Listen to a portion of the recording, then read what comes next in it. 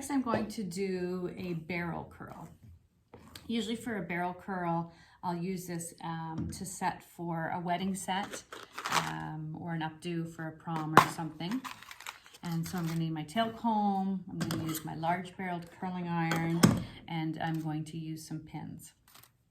I'm going to start off with like a mohawk section down the middle of the head, and I'm just going to kind of follow the curve of the head. So where the comb curves off, we're going to make a section down here and then a section here.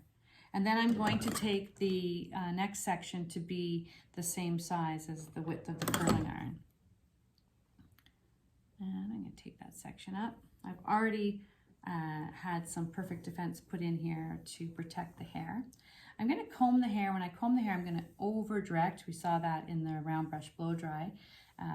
So if I was to comb the hair straight up, when I curled it, it would land off base. And if I over direct the hair, when I curl it, it'll land on base. So I'm going to take my curling iron, I'm going to put the clamp at the top of the hair, I'm going to go to the end, and then I'm going to roll it down onto the hair. I'm going to protect my client's head. I'm not going to lay the curling iron on the comb, but the comb is there just in case I slip. Okay, I'm going to count to 6. For the mannequin, I've set it at 340 degrees. If you have a fingernail, you can take your fingernail and slide it out, letting go of the handle. If you don't have any fingernails, what I recommend is using the tail of the comb. So you can see I've got a nice little curl here, and I'm going to pin that on top to let it cool down and until I'm done my whole head. I'm going to take the flat part, the bottom part, and I'm going to put that at the bottom, and I'm going to put it into the curl. I'll do it this way to make sure you can see.